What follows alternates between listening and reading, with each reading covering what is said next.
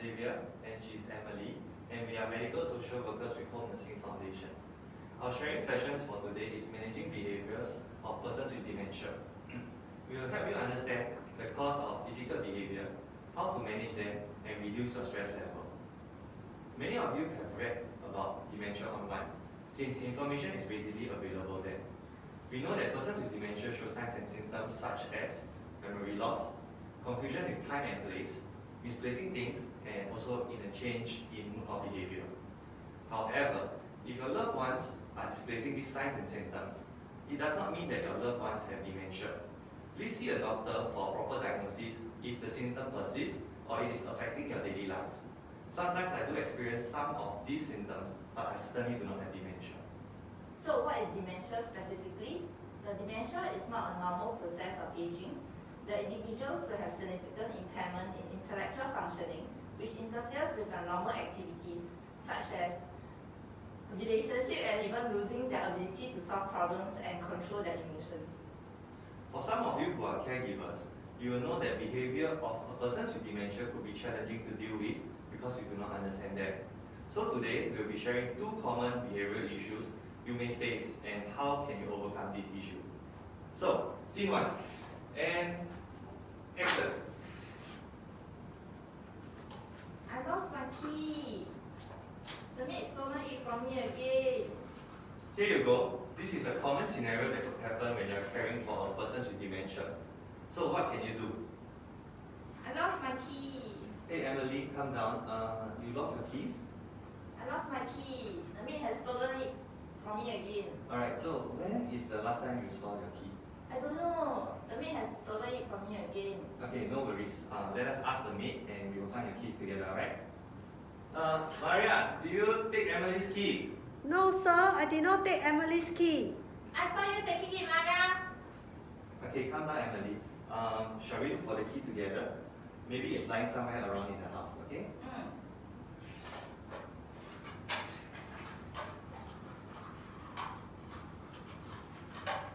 Emily, I found your key. It's here. This is your key. Where did you find it? I saw it lying in the living room, so this is the key. Okay? So this time, maybe let us find a safe place for you to keep this. So in future, if you want to look for your keys again, then you can find it. Alright?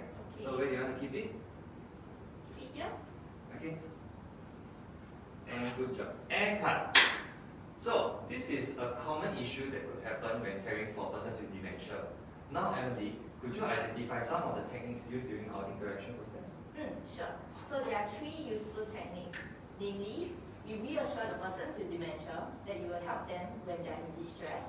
Secondly, you can duplicate some keys for your safekeeping and use it when necessary. Thirdly, you can guide the person with dementia to find their hiding place so that caregivers will know where to look for it the next time. Yes, by the way, this method do not work on losing keys. It's also applicable to other items such as monies, if not NRIC as well. Since we cannot afford persons with dementia to keep losing money, we can actually replace the monies with monopoly monies, and who knows, it might just work well. Now, let us go to the next common scenario. And action. I want to go home. Bring me home. Emily, are you feeling okay? I want to go home. Bring me home. Okay, we'll go home soon, right? But first, maybe you can describe to me more about your home, the details of the home. My home got many rooms, got TV. Sounds lovely. So, what is the first thing you want to do when you reach home? When I reach home, I want to go to my room, on my TV, and watch my show. Sure. So, is this your home?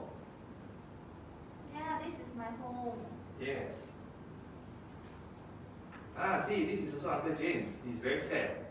Yeah, Uncle James. Yeah, Grandma used to tell me stories about him lingering around in the kitchen and steal food, making a mess out of the whole floor. Yeah, this is Uncle James. Are you hungry now? Do you want to eat some biscuits? Yes, hungry.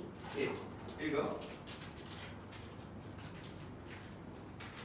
Shall we do your favorite game? Jigsaw puzzle? Okay. So, this is the jigsaw puzzle. Okay.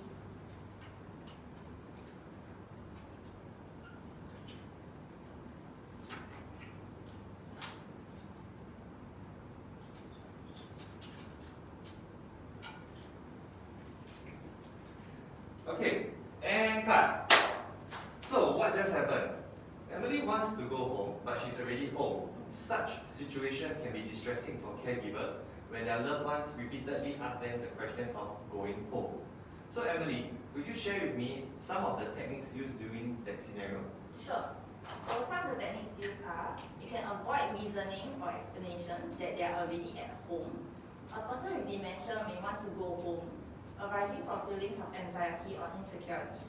They want to feel a sense of being at home where they feel relaxed and happy.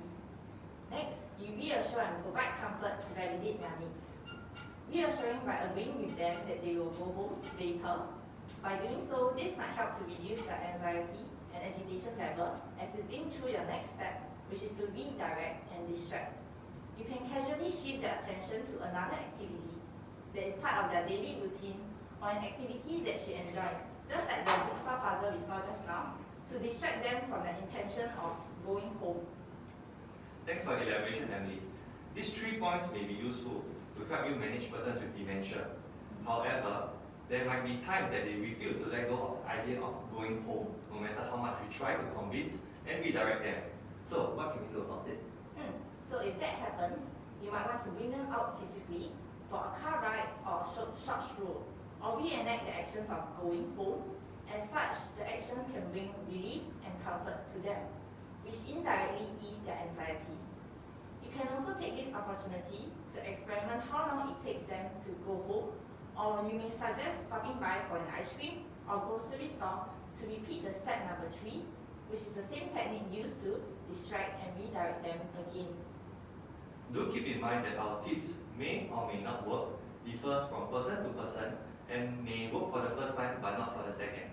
It is important for caregivers to be innovative and creative in their caregiving journey. As mentioned, it is a tough journey. Do remember to find means of support for yourself and take breaks whenever you need.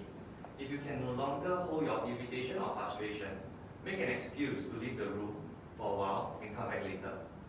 Yes, I agree.